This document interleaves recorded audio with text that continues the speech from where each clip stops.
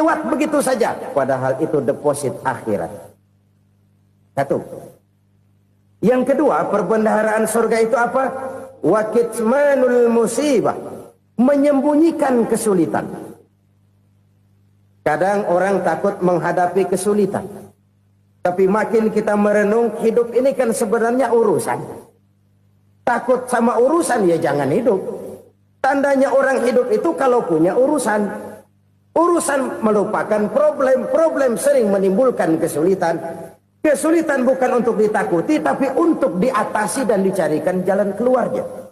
Siapa sih orangnya yang nggak pernah sulit? Makin tinggi status sosialnya, makin gede urusannya. Makin tinggi kualitas imannya, makin berat tingkat kesulitannya. Cuma memang yang namanya enak itu seperti pelangi. Biang lala itu nggak pernah di atas kepala kita, di atas kepala orang melulu. Lo sih enak lo, kata kita. Dia juga bilang yang enak kan lo. Pelangi itu nggak pernah di atas kepala kita. Kata tukang beca, aduh enak ya naik Mercy. Kata tukang beca, apa yang di dalam mobil Mercy? Aduh enak bener tukang beca, di jok ngeringkuk ngorok pulas bener. Saya kamar pakai AC sejuk, tempat tidur sutra, empuk, alga, spring bed, gula kulik, nggak bisa pulas kalau belum minum Valium, belum tidur. Enak bener tukang beca, di jok ngorok nggak tahu wetan kulon. Si tukang beca bilang yang di Mercy enak, yang di Mercy bilang tukang beca enak. Inilah enak, nggak pernah di atas kepala kita, di atas kepala orang lain melulu enak itu. Nah, saudara-saudara, yang merupakan perbendaharaan surga itu orang yang bisa menyembunyikan kesulitan, baik pribadi ataupun rumah tangga. Nih terutama rumah tangga yang jadi soalnya. Kadang-kadang kita ini kalau senang, sebaliknya kalau senang kita diam, kalem aja, cuek. Banyak banget duit kita bawaan, diam aja udah. Malah ketemu orang takut.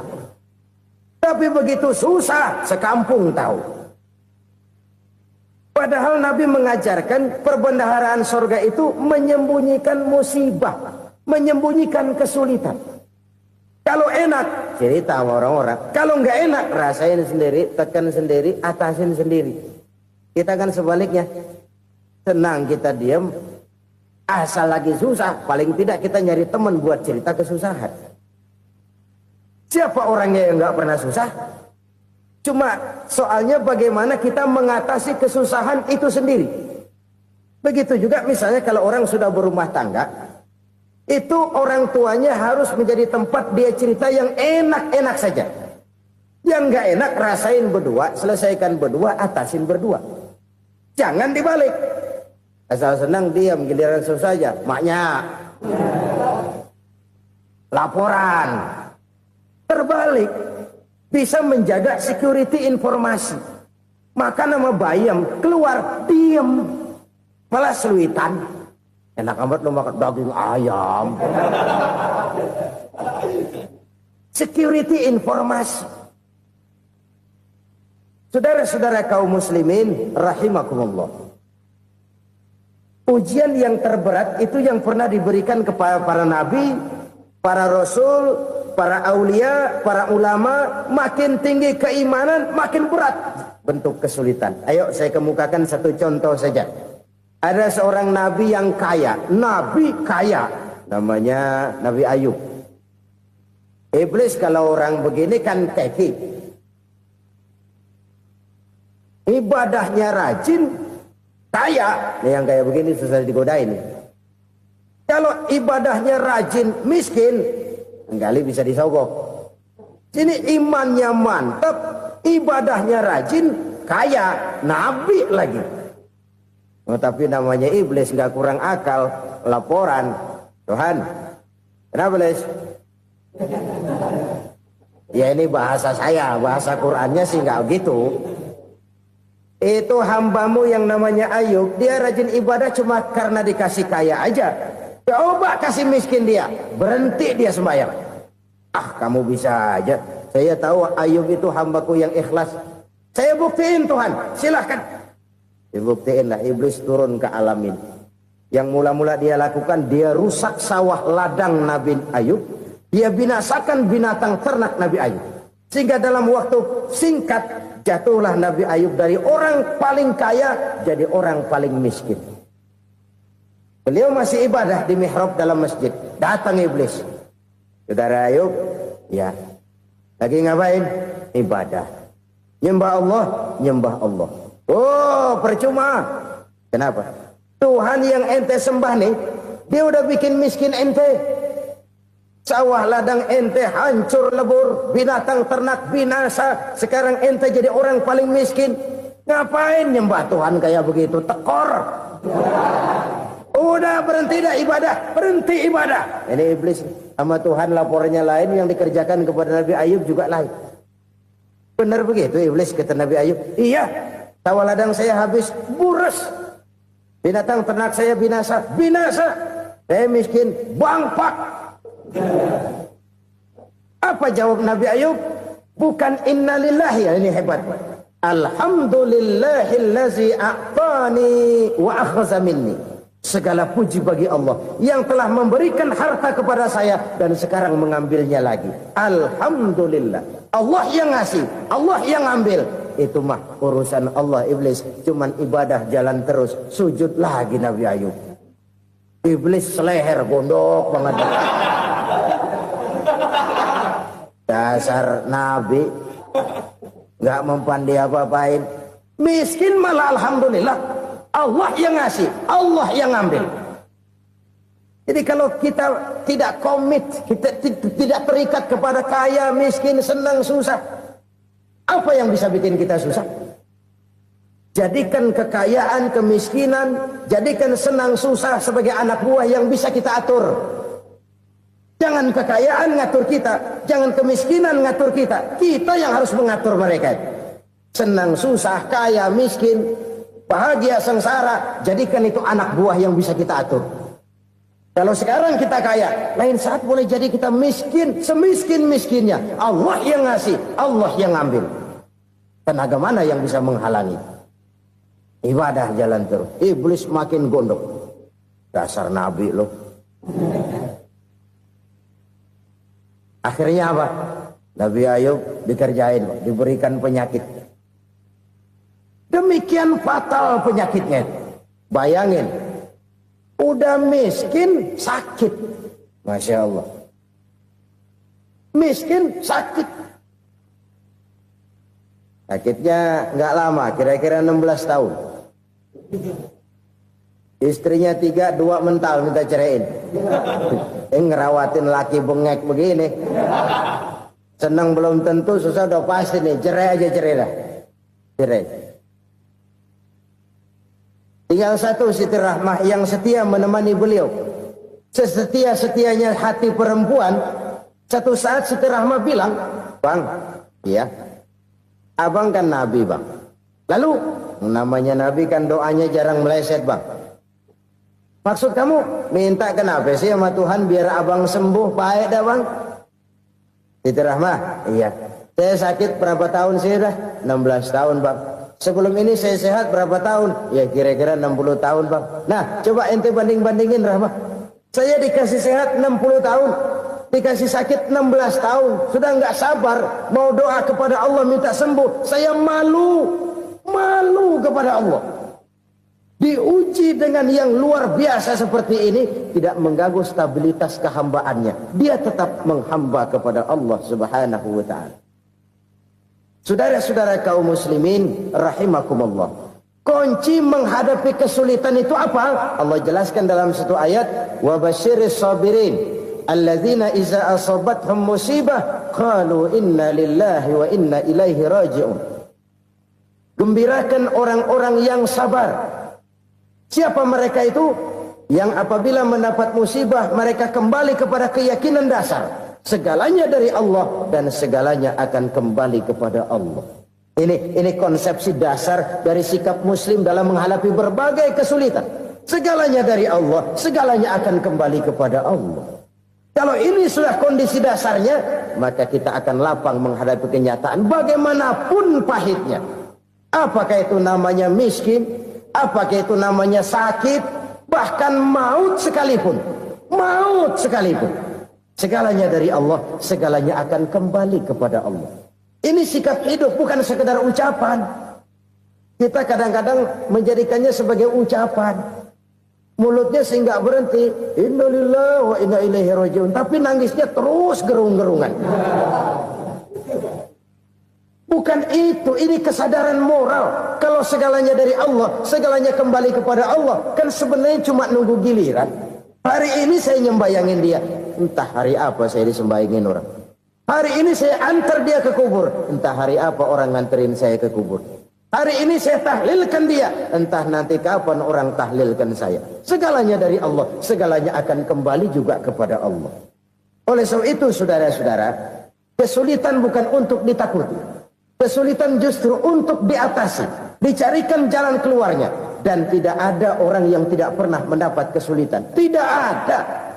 Semakin tinggi status sosial, semakin tinggi kualitas keimanan, semakin besar juga tingkat kesulitan. Hanya saja bagaimana cara kita mengatasinya. Dan Al-Quran menyatakan, inna ma'al usri yusra. Di balik kesulitan itu pasti ada kemudahan. Roda itu berputar. Karena itu Rasulullah sallallahu alaihi wasallam mengingatkan kepada kita, ta'arraf ilallahi firraha ya'rifka fisyiddah. Ingatlah kepada Allah di waktu kamu senang, supaya Allah ingat kepada kamu di waktu kamu susah. Kalau waktu senang kita ingat kepada Allah, kita susah, Allah tidak akan meninggalkan kita. Tapi kalau waktu senang kita jauh dari Allah, sujud tidak sempat, dengan masjid jauh, ketika senang kita lupakan Allah. Nanti begitu kita susah, Allah lupakan kita. Dan itu menyakitkan. Oleh karena itu orang-orang tua kita dulu bilang, kalau lagi sehat ingat-ingat, lu bakal sakit nanti. Kalau lagi kaya ingat-ingat, satu saat kita bakal jatuh miskin. Bahkan kalau lagi muda ingat-ingat kita bakal tua. Dan yang terpenting, kalau lagi hidup ingat-ingat kita bakal mati. Saudara-saudara kaum muslimin rahimakumullah. Jadi yang kedua yang merupakan perbendaharaan surga, menyembunyikan musibah. Saudara-saudara kaum muslimin rahimakumullah. Hal ketiga yang merupakan perbendaharaan surga adalah wasilatur rahmi. Orang yang suka bersilaturahmi. Sebagaimana yang kita maklum bahwa manusia adalah makhluk yang disebut zon politika. Makhluk sosial yang tidak mungkin hidup sendiri-sendiri. Betapa dan siapapun kita memerlukan orang lain. Bodoh betul manusia kalau tinggal di tengah masyarakat tapi tidak mau bermasyarakat.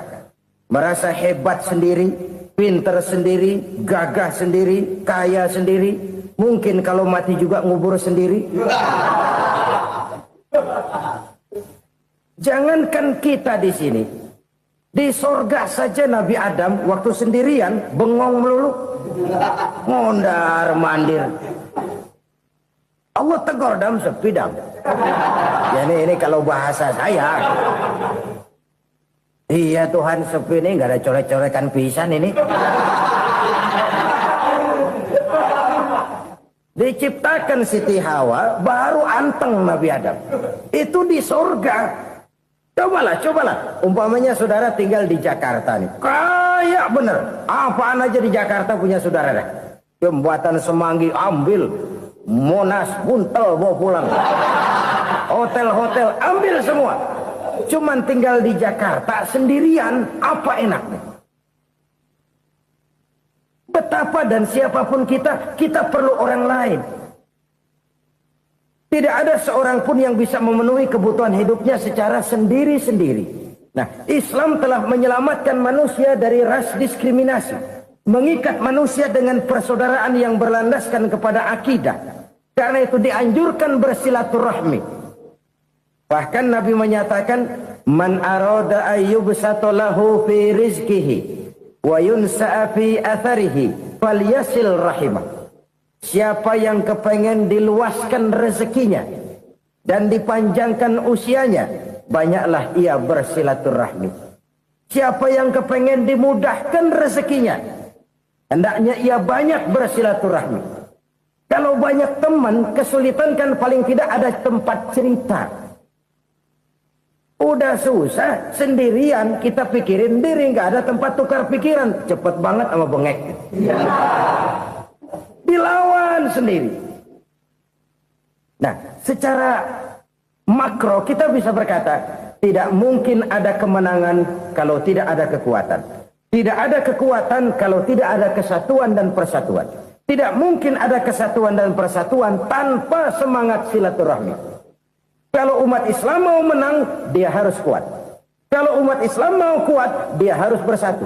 Kalau umat Islam mau bersatu, dia harus membudayakan silaturahmi ini. Bahkan sampai-sampai kata Nabi, kalau bisa cari nilai tambah. Apa? Silman koto'ak. Bersilaturahmilah kau kepada orang yang marah denganmu. Masya Allah, indahnya ajaran agama kita. Orang yang marah pun kepada kita, kata Nabi, kalau bisa bersilaturahmilah kepadanya, kepada orang yang marah itu. Di situ nilai tambah. Cuman jujur nih hadis, ngucapinnya gampang, ngamalinnya yang berat banget. Orang marah sama kita, kita disuruh silaturahmi, ada apa malu? Lu marah, ada gua marahan lagi. Tunggu pikirin. Saudara-saudara kaum muslimin rahimakumullah. Tapi ini yang diajarkan, bahkan ini yang dicontohkan oleh baginda Rasul. Bagaimana begitu mudah, misalnya satu saat Abu Jahal ini ngatur strategi bagaimana bikin Muhammad celaka. Dia gali lubang di depan tempat tidurnya. Dia tutupin daun korma. Terus dia panggil seseorang, ke sini. Kasih tahu Muhammad, pamannya sakit keras, minta ditengokin. Berangkat orang ini ke sana. Muhammad, labbaik. Pamanmu sakit keras, dia minta ditengokin. Baik, saya akan datang menjenguk beliau. Berangkatlah Nabi ke rumah Abu Jahal tanpa prasangka apapun. Abu Jahal udah pasang stil, selimut 3 rangkap setengah dipakai. Persis kayak orang meriang. Tapi sembari ngintip dari balik selimut. Begitu Muhammad buka pintu, nah, masuk perangkap nih. Muhammad jalan menuju tempat pembaringan. Makin lama makin dekat, makin lama makin dekat. Makin dekat ke lubang yang dipasang oleh Abu Jahal itu. Dalam hati Abu Jahal, terus dah jatuh, mampus dah lo ini. Mampus lo hari ini nih. Apa yang terjadi? Malaikat Jibril datang. Muhammad, pamanmu cuma pura-pura sakit. Di depan tempat tidurnya ada lubang perangkap supaya kamu jatuh ke situ. Sudah, kamu pulang. Balik kanan Nabi. Sudah hampir jatuh ke lubang, balik kanan, pulang. Bayangin kecewanya Abu Jahal. Muhammad dikit lagi, Muhammad dikit lagi. Enggak paman, saya pulang aja. Emosi bangun dari tempat tidur, enggak sadar kalau lagi pura-pura sakit. Lompat ngejar Nabi, dia lupa dengan lubang yang dia gali. Usrak, nyemplung sendiri ke dalam lubang.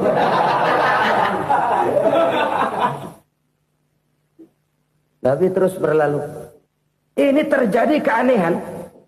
Jatuh ke lubang yang dia gali itu sebenarnya nggak terlalu dalam ya. Antara 3-4 meteran lah. Tolong saya jatuh ke lubang ini. Datanglah pelayan-pelayannya itu. Angkat saya dari sini. Oh, yang ngulurin tambang. Satu gulung, belum juga nyampe itu tambang. Kurang, beli lagi ke warung. Sambung, ulur lagi, nggak juga bisa sampai. Wah, ini kerjaan Muhammad ini. Tolong, siapa salah seorang kamu ke rumah Muhammad? Kasih tahu, encangnya kecebur. Minta ditolongin. Sampaikan kepada Rasul. Kenapa? Pamanmu jatuh ke lubang, Muhammad minta tolong diangkatin. Tambang udah nyambung-nyambung nggak nyampe juga. Ya, nanti saya datang, saya tolong. Cobain. Nyata-nyata orang berniat jahat mau mencelakakan dia. Datang dia menolong. Ini yang disebut air tuba dibalas air susu ya ini. Bukan sebaliknya. Air tuba dibalas air susu. Paman, kecebur ya? Iya Muhammad, tolong ini. Pegang tangan saya. Nabi ulurkan tangannya. Nyampe. Dipegang oleh Abu Jahal. Diangkat ke atas. Sampai atas, apa kata Abu Jahal? Sihirmu memang hebat Muhammad. Udah ditolongin dikata sihir. Yang enak kita kemplang kan itu orang begitu. Urusan apa? Tapi inilah akhlak. Kalau bisa kamu bersilaturahmilah dengan orang yang marah kepadamu sekalipun. Orang marah kita tetap baik. So, kalau kita berbuat baik sama orang yang memang baik, rasanya sih biasa-biasa aja. Orang baik kita baik lagi, ya draw aja, belum ada nilai tambah di situ. Baru ada nilai tambah kalau kita bisa berbuat baik kepada orang yang nyakitin kita. Itu namanya kita setingkat di atas dia.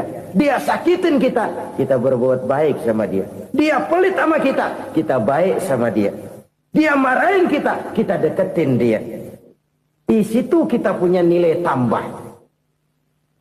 Jadi siapa yang ingin diluaskan rezekinya, kata Nabi, dan dipanjangkan umurnya, hendaklah ia banyak-banyak bersilaturahmi. Sederhana sebenarnya silaturahmi, tapi silaturahmi membangkitkan semangat kesatuan dan persatuan. Kesatuan dan persatuan melahirkan kekuatan. Dalam matematika 1 ditambah 1 pasti 2. Tapi di tengah masyarakat, 1 orang takut ditambah 1 orang takut, hasilnya jadi 2 orang setengah berani. Kenapa setengah berani? Karena udah berdua. Tadi pan takut sendirian. Kalau dia kumpul turu-turu takutlah jadi berani. Kita yang lemah, kita yang tidak berdaya, kita yang miskin, kalau mau kompak bersatu, apa yang nggak bisa kita kerjain? Apalagi tinggal di kota besar, pilihan cuma 2. Bertahan atau minggir. Bertahan atau minggir. Untuk bisa bertahan harus mampu bersaing. Untuk mampu bersaing harus punya keahlian. Keahlian harus ditunjang dengan pendidikan, ditambah oleh kekompakan sebagai umat. Udah miskin mencar mulu, orang injak kita. Orang nggak pandang urusan apa yang malu. Oleh karena itu, silaturahmi pada hakikatnya merupakan roh dari ukhuwah yang diajarkan oleh agama kita. Bagaimana Islam menyelamatkan masyarakat manusia dari ras diskriminasi, mengikat manusia, dan tidak ada persaudaraan yang lebih indah selain persaudaraan yang diikat dengan nilai-nilai akidah. Sepanjang orang di jalan Allah, itulah saudara kita. Keluar dia dari jalan Allah, selesailah persaudaraan sampai di situ. Karena itu, kalau ingin menyimpan sesuatu di surga, banyaklah bersilaturahmi. Datang ke rumah ini, datang ke rumah itu, dan lain sebagainya. Itu simpanan kita di akhirat nanti. Ini yang ketiga. Saudara-saudara, yang keempat, perbendaharaan surga itu apa? Wa qawlu la hawla wa la quwwata illa billah. Ucapan la hawla wa la quwwata illa billah. Ibadah kan ada yang berat, modalnya besar. Bangun masjid berat, modalnya besar. Bangun rumah sakit berat, modalnya besar. Ada ibadah yang berat, tapi modalnya ringan. Misalnya puasa. Puasa itu berat, mengendalikan nafsu. Kalau sekedar nggak makan, nggak minum sih enteng. Mengendalikan nafsu.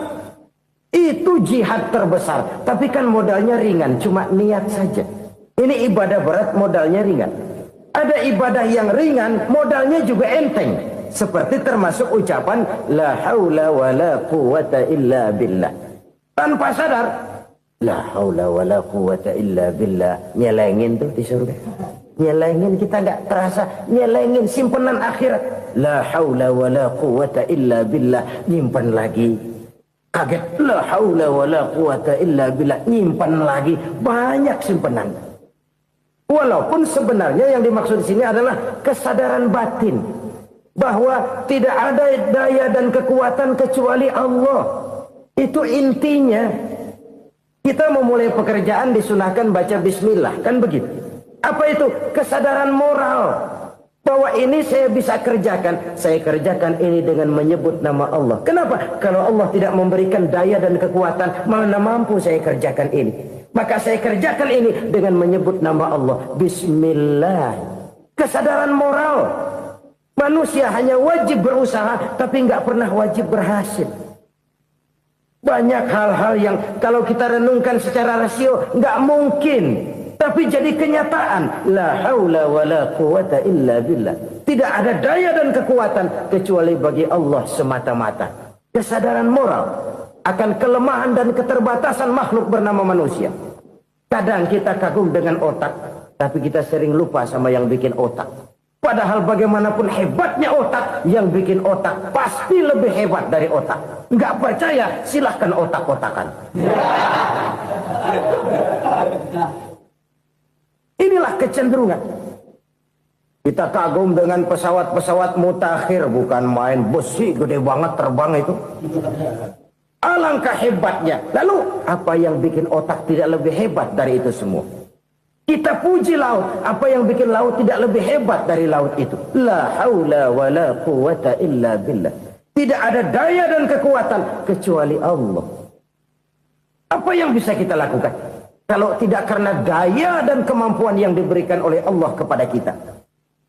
Lahirlah sikap tawadu, rendah hati, tidak melonjak menjadi angkuh dan sombong, sadar akan kelemahan dan keterbatasan diri. Sebagai makhluk yang diciptakan oleh Allah Subhanahu wa ta'ala. Jadi satu sisi ini ucapan yang berpahala, la haula, jadi wiridan. Pada sisi lain ini kesadaran moral, sikap mental, kesadaran batin, bahwa yang punya daya dan kekuatan itu cuma Allah. Kita nggak pantas untuk sombong, sebab sombong itu pakaiannya Allah. Kita nggak sedang pakai pakaian Allah, kegedean. Dan makin kita renungi, makin terbentur. Apa sih yang bisa kita sombongin? Kita mau sombong apa? Kaya, pintar, itu kan semua relatif. Di atas langit masih ada langit lagi. Jadi oleh karenanya, marilah kita menyadari. Manusia hanya wajib berusaha, tapi tidak pernah wajib berhasil. Yang berusaha saja tidak wajib berhasil, apalagi yang tidak berusaha. Islam bukan agama orang pemalas yang selesai sholat lalu endelohom, nggelenggem ayem-ayem. Tapi Islam bukan agama orang sombong yang setelah berusaha lalu tidak memerlukan Allah. Kita bisa saja bikin proyeksi, tahun sekian kita bakal panen besar menurut perhitungan otak. Tapi ada kejadian lain. Apa? Tikus ngambek. Habis itu dimakanin tikus, panen gagal. Proyeksi rasional gagal oleh tikus-tikus yang ngambek itu. Bisa saja terjadi. Tahun depan kita panen besar, urung. Kenapa? Musim panas panjang. Dan sekarang ini koran-koran bikin berita musim mengalami penyelewengan. Bukan cuma manusia yang nyeleweng sekarang. Musim pakai nyeleweng. Mestinya kan musim hujan udah selesai, masih hujan-hujan juga. Musim. Nah sekarang kita boleh bikin proyeksi, kita bakal panen besar. Tahu-tahu musim panas panjang, sawah retak, air kering. Cari teknokrat yang paling botak, suruh pendekin tuh musim panas. La haula wa la quwata illa billah. Inilah kesadaran moral. Saudara, saya teringat satu saat ada seorang konglomerat. Umurnya ya kira-kira 70-an. Satu saat dia ditanya oleh wartawan, "Pak, umur Bapak berapa sih?" "Ya paling 10 tahun." 10 tahun? 10 tahun? Anak Bapak berapa orang? Satu saja? Satu. Harta Bapak berapa? Ya paling-paling bangsa 7 juta kali. 7 juta? Iya. Pak, kenapa Bapak bohongi saya? Bapak punya buku biografi. Koran-koran, majalah-majalah banyak memuat cerita riwayat hidup Bapak. Saya tahu umur Bapak 70. Kenapa bilang cuma 7 tahun? Saya tahu anak Bapak 8. Kenapa cuma bilang 1? Saya tahu harta Bapak miliaran, mungkin triliunan. Pabrik di mana-mana, bank di mana-mana. Kenapa bilang uang Bapak cuma 7 juta? Nah, kata si konglomerat tadi, kamu benar nak, kamu benar. Umur saya kalau jumlahnya memang 70 nak. Cuman ingat-ingat saya, baru 7 tahun terakhir ini saya sujud. Baru 7 tahun terakhir ini saya berusaha dekat dengan Allah. Saya laksanakan perintahnya. Saya jauhi larangannya. 7 tahun inilah rasanya yang ada nilainya di hadapan Allah. Yang 63 tahun matong, kelabu, kelam umur gue. Habis untuk maksiat, untuk munkarat. Maka ketika ditanya tadi, umur saya 7 tahun itu. Oh begitu Pak. Oh iya. Lalu anak Pak. Anak bapak kan 8. Kenapa bilang cuma 1? Nah, kalau jumlah hitungannya memang anak saya 8. Tapi dari 8 orang ini rasanya cuma 1 nih. Yang bakal jadi buah hati, belahan jantung. Pelanjut cerita, penerus sejarah. Bakal jadi anak soleh yang akan mendoakan saya. Cuma 1 rasanya anak saya ini yang bakal jadi buah hati saya. Besar-besaran saya. Yang akan mendoakan di kubur saya. Yang akan mendoakan di akhirat saya. Yang 7 orang mana, Masya Allah, yang atu tenggeng, yang atu nyekek botol mulu, yang atu nggak karu-karuan. Makanya saya bilang 1 anak saya yang akan bisa mendoakan saya. Oh begitu Pak. Iya. Nah harta Pak, harta Bapak kan triliunan, pabrik Bapak di mana-mana, uang Bapak hampir di tiap bank-bank besar. Kenapa bilang cuma 7 juta? Betul kau nak. Harta saya kalau jumlahnya memang miliaran, triliunan mungkin. Tapi yang saya ingat baru 7 juta tuh yang saya belanjakan di jalan Allah. Saya nyumbang masjid, saya santuni yatim piatu, saya bantu pembangunan pesantren, saya bantu pembangunan rumah sakit Islam. Itu yang akan saya bawa pulang ke akhirat, yang 7 juta itu. Yang triliunan itu nanti akan diperebutkan oleh anak-anak saya sebagai waris saya. Jadi harta saya 7 juta itu yang bakal nemenin saya di akhirat. Yang akan saya bawa pulang jadi teman saya. Saudara-saudara kaum muslimin, jangan-jangan orang tua itu adalah kita-kita ini. Jangan-jangan kita-kita ini adalah orang tua itu. Jangan-jangan itu potret dari diri kita masing-masing. Dari sekian umur yang diberikan Allah, berapa tahun yang ada nilainya di hadapan Allah? Dari sekian anak-anak yang merupakan amanah, berapa yang akan mendoakan kita sebagai orang tuanya menjadi anak soleh? Dari sekian banyak harta yang diberikan Allah, berapa yang akan kita bawa pulang menghadapnya nanti, yang kita belanjakan di jalan Allah? Ini sebuah potret kehidupan.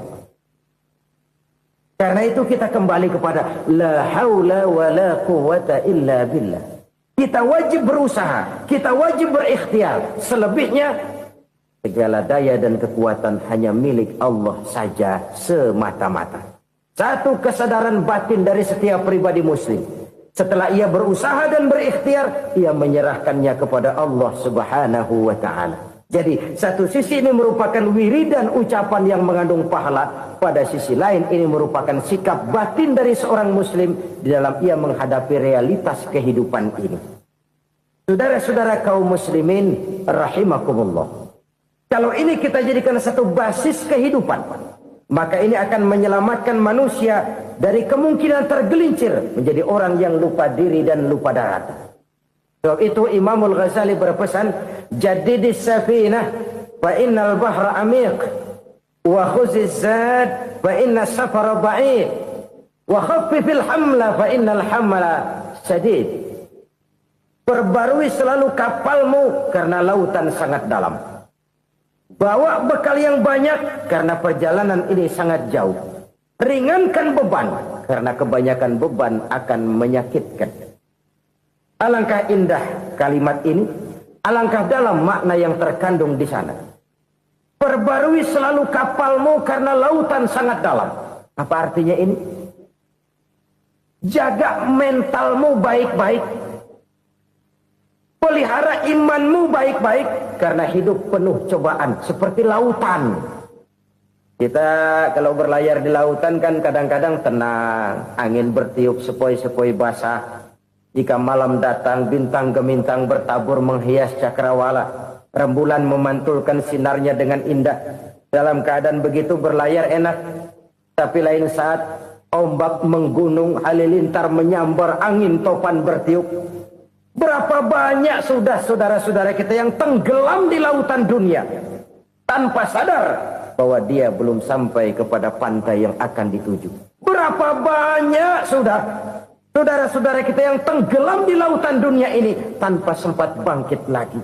Dia menyangka sudah sampai kepada tujuannya. Hati-hati kapal jangan sampai bocor karena lautan sangat dalam.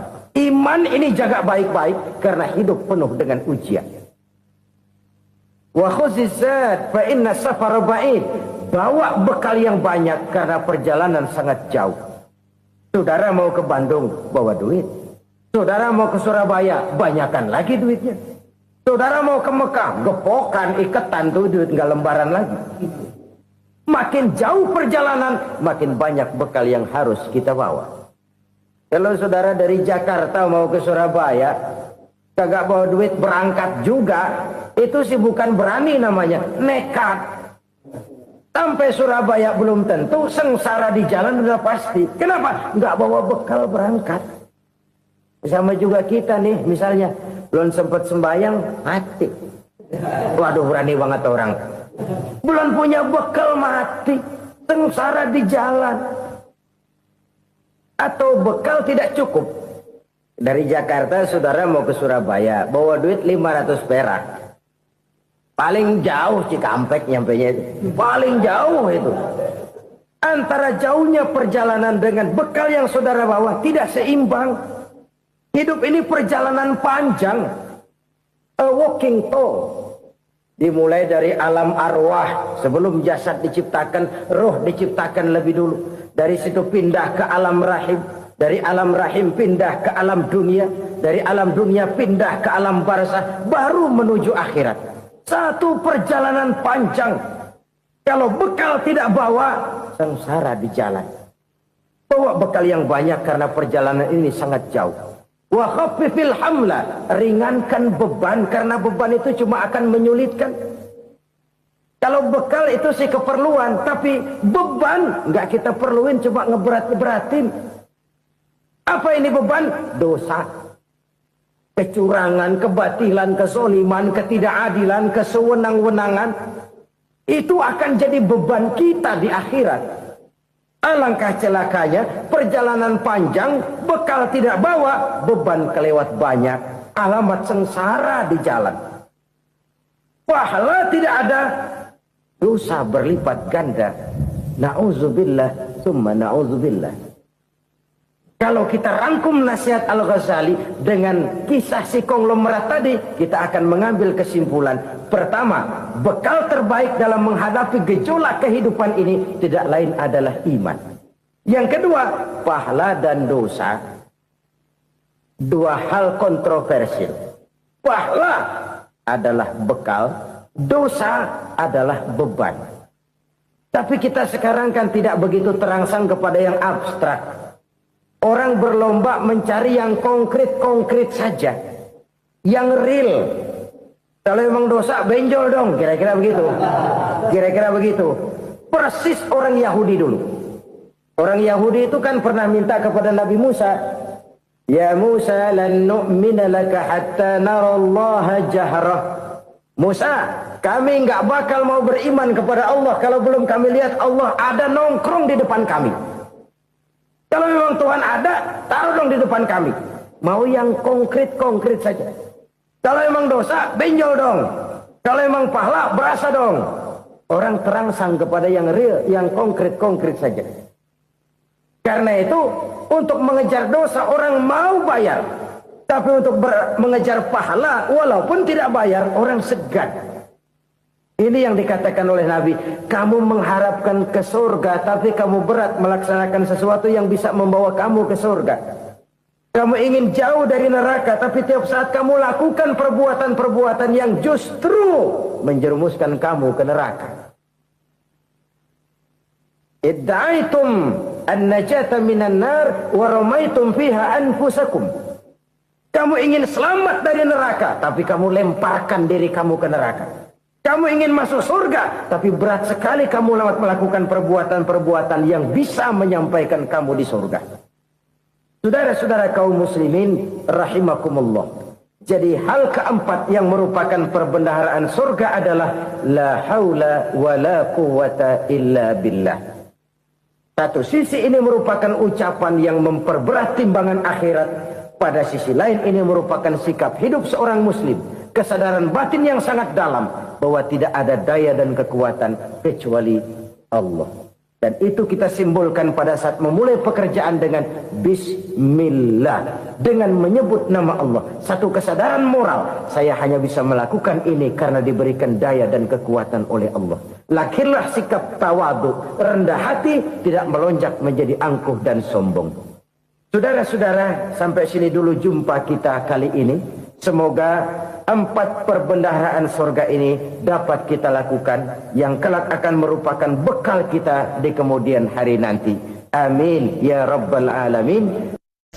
Bapak-bapak, ibu-ibu, saudara-saudara kaum muslimin rahimakumullah. Di dalam kehidupan kita sebagai seorang muslim, minimal 5 kali dalam sehari semalam kita mendengar seruan untuk mendirikan solat yang disebut azan. Ada kalimat menarik di dalam kalimat azan itu, yakni seruan hayya 'alal falah, marilah menuju kepada keberuntungan, marilah meraih kemenangan. Seruan ini adalah kecenderungan dari setiap manusia, apapun warna kulitnya. Artinya, setiap orang dalam hidup selalu ingin meraih dan mencari kemenangan.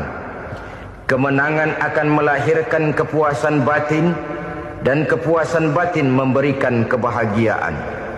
Sedangkan kekalahan melahirkan penderitaan batin, dan penderitaan batin menjerumuskan seseorang di dalam berbagai bentuk kerugian. Jikalau inilah seruan azan, maka masalahnya ialah apa yang menyebabkan kita meraih kemenangan. Al-Quranul Karim memberikan tuntunan dan ajaran kepada kita bahwa orang-orang yang memperoleh kemenangan itu tidak lain adalah orang-orang yang bertakwa. Hanyalah mereka yang bertakwa kepada Allah Subhanahu wa ta'ala pada akhirnya akan tampil sebagai pemenang. Lalu siapa orang yang bertakwa itu? Dijelaskan dalam awal-awal Al-Baqarah, orang yang bertakwa yang akan meraih kemenangan. Pertama, alladzina yu'minuna bil ghaib, yaitu orang-orang yang beriman kepada yang gaib. Percaya bahwa ada alam yang gaib, alam yang abstrak, alam yang tidak bisa dijangkau oleh salah satu daripada panca indera kita.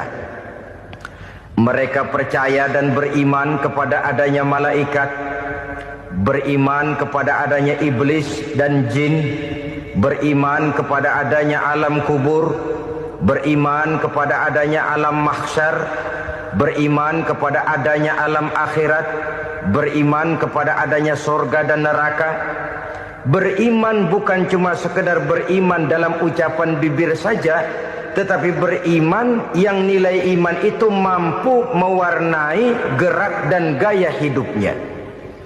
Iman yang meresap sampai ke tulang sumsum, kemudian memberikan dampak positif di dalam kehidupan manusia. Alam, kita tahu, adalah sesuatu yang selain Allah, dan Allah bukanlah alam. Apapun namanya selain daripada Allah, itu adalah alam. Alam pada hakikatnya terbagi menjadi 2. Ada alam syahadah, alam nyata, alam konkret, alam yang bisa dijangkau oleh salah satu indera kita. Kemudian ada alam ghaib, alam yang tidak bisa dijangkau oleh panca indera kita, alam metafisika, alam abstrak, alam yang wajib kita imani keberadaannya. Kita percaya bahwa malaikat itu ada, kita percaya kepada jin, bahwa jin itu ada, kita percaya kepada adanya iblis dan setan. Bukan percaya kepada iblis dan setannya, percaya bahwa iblis dan setan itu ada. Itu termasuk salah satu daripada sifat orang yang bertakwa kepada Allah. Saudara-saudara kaum muslimin rahimakumullah, kecenderungan pembangunan yang lebih bersifat materialistis biasanya menggeser aspek kehidupan rohani. Orang berpikir empiri, dan dalam pola pikir yang demikian maka alam gaib tidak lagi mendapat perhatian. Aspek kehidupan yang bersifat rohaniah malah mulai ditinggalkan. Akibatnya terjadilah kepincangan di dalam kehidupan kita. Pernah ada satu pengalaman pribadi.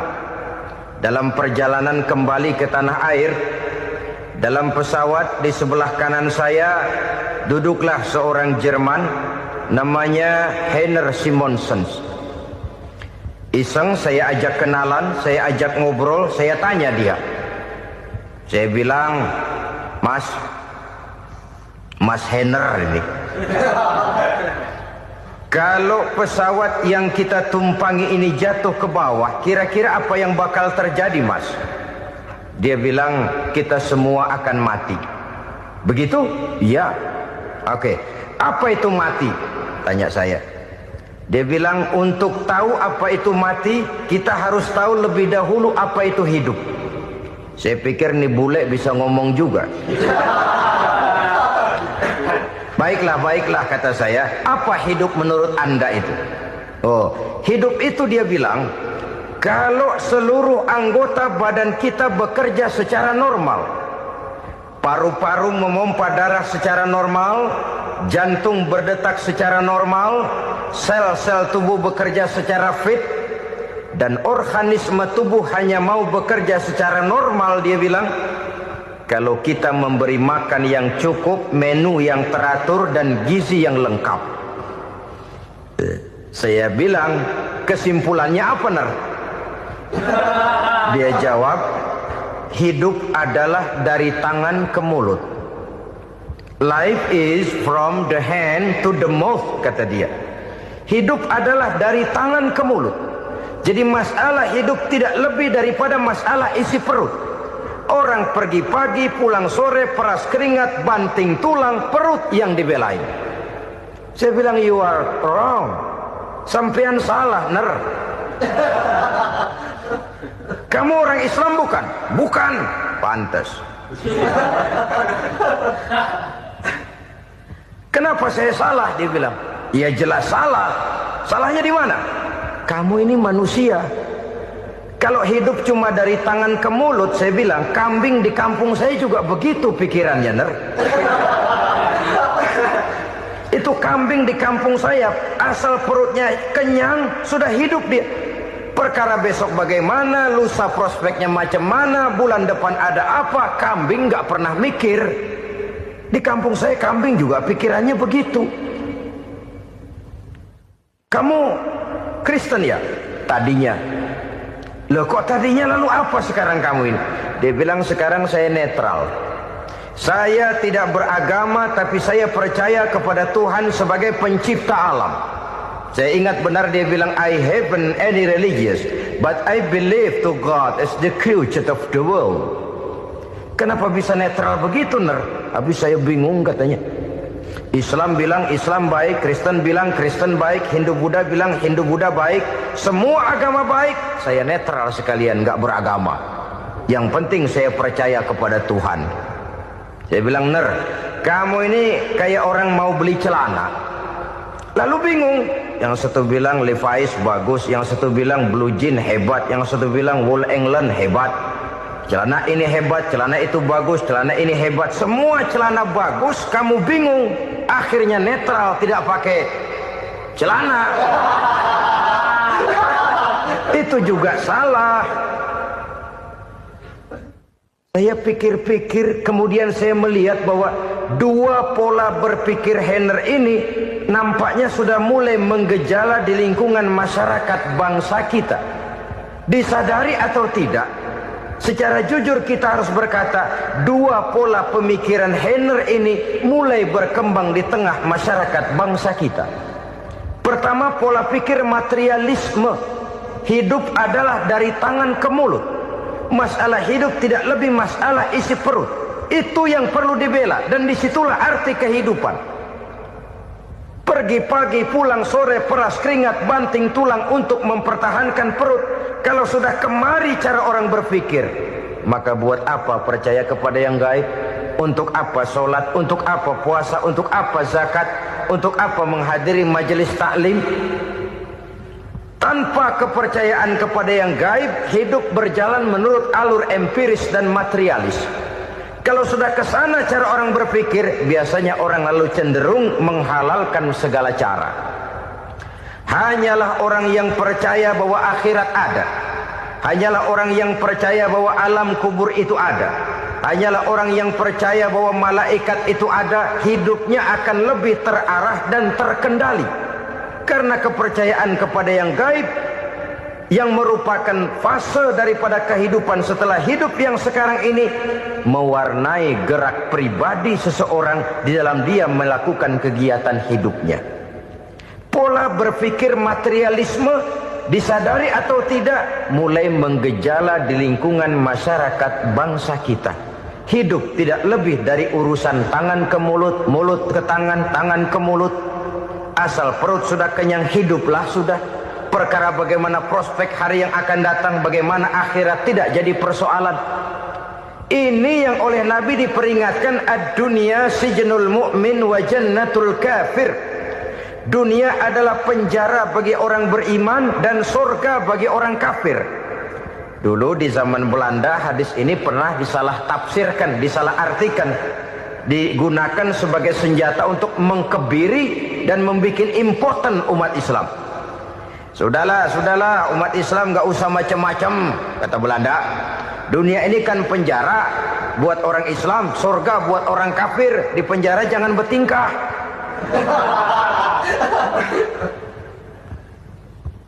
Pengertiannya tidak begitu. Dunia adalah penjara bagi orang mukmin. Artinya dalam kehidupan dunia seorang mukmin tidak bebas memperturutkan hawa nafsunya. Dipenjara hawa nafsunya. Sebaliknya surga bagi orang-orang kafir. Buat orang kafir, surgalah dunia ini. Mereka bebas memperturutkan hawa nafsunya. Dilarang tidak terlarang, dicegah pun tidak tercegah. Mereka hidup menurut alur bisikan nafsu mereka sendiri. Kemudian bila ajal datang, maut merenggut nyawa, selesailah surganya sampai di situ. Maka bagi orang-orang yang tidak percaya kepada adanya akhirat, kepada adanya alam gaib, surganya sebatas umurnya. Sekali lagi, surganya sebatas umurnya. Bila umur selesai, ajal pun datang merenggut nyawa, selesailah sudah surganya sampai di situ. Alangkah pendeknya perjalanan orang-orang yang tidak percaya kepada alam gaib ini. Bagi kita mukmin, jikalau kita mampu memenjarakan hawa nafsu, kita bisa bahagia di dunia ini. Dan Islam memang tidak menyuruh kita sengsara di dunia. Raih dunia, kejar dunia, gapai dunia sebagai alat untuk mencapai kebahagiaan di akhirat nanti. Hidup adalah satu perjalanan panjang yang terbentang sejak kita terlahir dari alam rahim sampai kepada alam akhirat nanti. Andai kata kita gagal meraih kebahagiaan di dunia, toh kita masih punya akhirat. Tapi jangan jadi dalil yang melemahkan semangat. Biarin dah kita di dunia kebelangsak, yang penting akhirat. Akhirnya dunia benar-benar kebelangsak. Bagaimana dunia ini bisa kita raih? Dan bagaimana meraih dunia untuk menunjang kepentingan akhirat nanti? Yang kedua dari pikiran Heiner yang saya lihat menggejala di lingkungan masyarakat bangsa kita, timbulnya manusia-manusia netral. Seolah-olah Tuhan yes, agama no. Sama Tuhan percaya, agama ogah. Tuhan ngangguk, giliran agama godeng. Padahal hampir dalam setiap ayat dalam Quran, kata-kata amanu biasanya bergandeng dengan wa amilus sholihat. Iman dan amal soleh. Ini sebagai isyarat Tuhan dan agama jangan pernah dipisah-pisah. Apabila kita bertuhan, maka kita harus beragama. Apabila kita beragama, maka agama itu harus bersumberkan dari Tuhan yang kita imani itu. Tidak mungkin kita pisah, Tuhan yes, agama no. Sama Tuhan percaya tapi agama bikin sendiri. Sembayangnya cukup bengong 2 jam madep ngulon.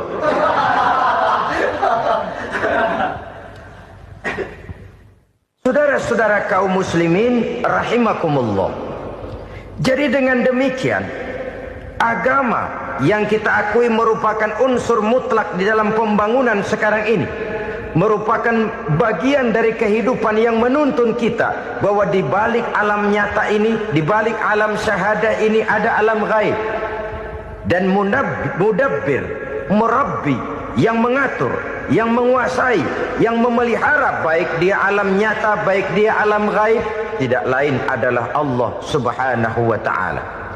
Di sana ada satu super power, satu maha kekuatan yang kita perlu bersandar kepadanya.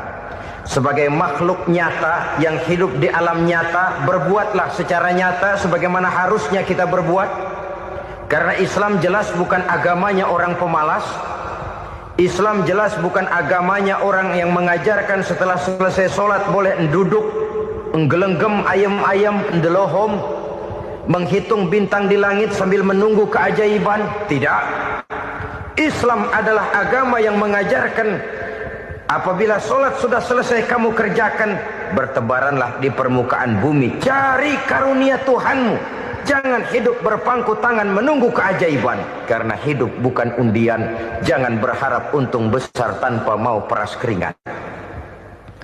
Tapi di sebalik itu toh kita juga harus yakin bahwa di sisi usaha nyata yang kita lakukan ada satu super power, satu maha kekuatan gaib yang menentukan berhasil dan tidaknya usaha kita.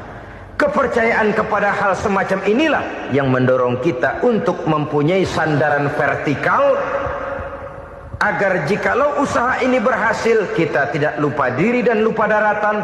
Jikalau usaha ini gagal, kita tidak putus asa dan buruk sangka, tidak cupik pandangan dan sempit hati, tapi mampu melihat persoalan dengan kacamata putih sambil husnuzon kepada Allah Subhanahu wa ta'ala. Kita percaya malaikat itu ada. Ada yang namanya raqib dan atid, mengawasi gerak hidup kita sampai kepada gerak hati kita. Ini memberikan sugesti agar kita berhati-hati. Tidak sejengkal tanah pun kita bisa berlindung dari pengawasan raqib dan atid. Ada munkar nakir yang akan menyoal kita di alam kubur. Ada malaikat Malik, penjaga neraka. Ada malaikat Ridwan yang menjaga surga. Kita percaya kepada adanya jin. Kita percaya kepada adanya setan, iblis. Percaya kepada adanya, bukan mempercayai si setan, si iblis lalu menjadikannya sebagai teman. Tidak. Percaya bahwa mereka itu ada dan merupakan makhluk Allah yang gaib, yang diciptakan Allah Azza wa Jalla. Kepercayaan kepada alam gaib memberikan motivasi terhadap gerak lahir manusia, sehingga dengan motivasi kepercayaan kepada yang gaib, gerak lahir jadi lebih terarah, jadi lebih terpelihara. Pernah seseorang bertanya, "Pak, apakah adanya akhirat bisa dibuktikan secara ilmiah?" Saya bilang tidak bisa, tidak bisa. Kenapa? Karena yang berangkat nggak pernah pulang kembali lagi. Kalau dia pulang kemari bisa kita tanya bagaimana enak di sono. Cuma secara moral saya katakan, lebih beruntung orang yang percaya kepada akhirat daripada yang tidak. Sekarang saudara percaya akhirat ada, lalu saudara baik-baik di dunia, sholat, puasa, zakat, menolong orang lain, menebarkan kebajikan. Saudara mati, andai kata akhirat tidak ada, toh dalam hidup saudara sudah berbuat baik. Paling tidak nama saudara akan dikenang sebagai orang baik.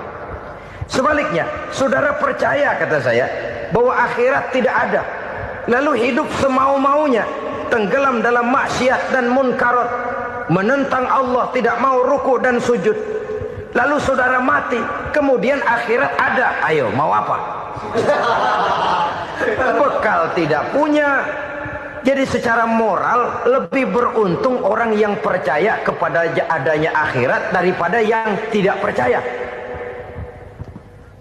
Dan itu alam gaib yang tidak bisa dibuktikan secara eksat. Jangankan untuk membuktikan seperti itu, dalam kehidupan sehari-hari saja yang kita rasakan tidak selalu berbentuk toh. Angin, bagaimana sih bentuknya angin? Kita tidak tahu. Merah, buktinya kalau dikerok merah. Yang merah itu kulit, yang kulit kita bukan anginnya.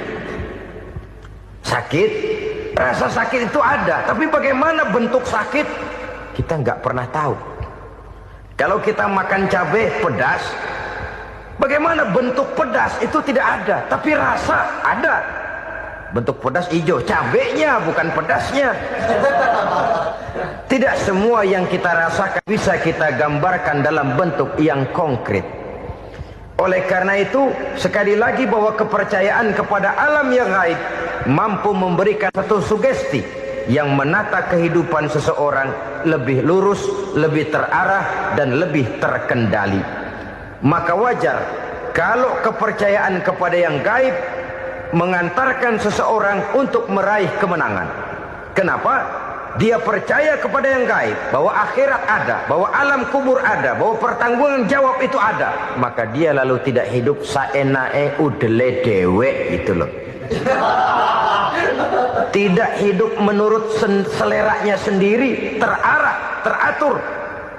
Ini cirinya yang pertama. Orang bertakwa yang akan meraih kemenangan, mereka beriman, mereka percaya kepada yang gaib. Bahkan hal-hal konkret saja selalu berangkat dari yang gaib. Saudara-saudara, para remaja, para pemuda sekarang ini tidak pernah tahu toh siapa yang akan jadi teman hidup saudara. Kita bisa saja ngerancang, mentargetkan, tapi toh akhirnya yang namanya jodoh bukan kekuasaan kita. Rezeki di luar kemampuan kita. Begitu juga ajal, maut, jodoh, ajal adalah contoh-contoh konkret bahwa pada akhirnya yang gaiblah yang menentukan. Bertahun-tahun ngelancong, emang jodoh seret nggak jadi.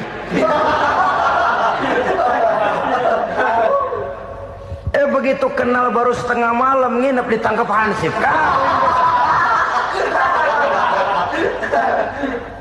Hal-hal semacam itu kadang-kadang kita berpikir suuzon, gile, perempuannya cakep banget, lakinya rebek amat. Memang begitulah jodohnya. Memang begitulah jodohnya. Saudara hadirin ma'asyiral muslimin yang saya hormati, jadi hal-hal yang konkret saja kita yakini sepenuhnya ditentukan oleh satu superpower yang gaib itu tadi. Dari sanalah segala ketentuan itu berangkat dan kesanalah segalanya akan kembali. Maka kepercayaan kepada yang gaib meluruskan gerak hidup seseorang dan itu akan mengantarkan dia kepada meraih kemenangan. Satu. Yang kedua, wa yuqimuna shalah. Orang bertakwa yang akan meraih kemenangan itu adalah orang-orang yang mendirikan sholat. Kenapa sholat mengantarkan orang untuk meraih kemenangan? Yang jelas, inna sholata tanha anil fahsya'i wal munkar. Sholat mampu mencegah manusia dari perbuatan keji dan munkar. Banyak filsafat hidup yang terkandung di dalam sholat ini. Sejak kita wudhu sampai kita menghadap ke arah kiblat, sampai kita melakukan gerak-gerak sholat, bacaan-bacaan yang ada di dalam sholat, lalu sampai kepada mengucapkan salam. Banyak filsafat hidup yang terkandung di dalam sholat. Umpamanya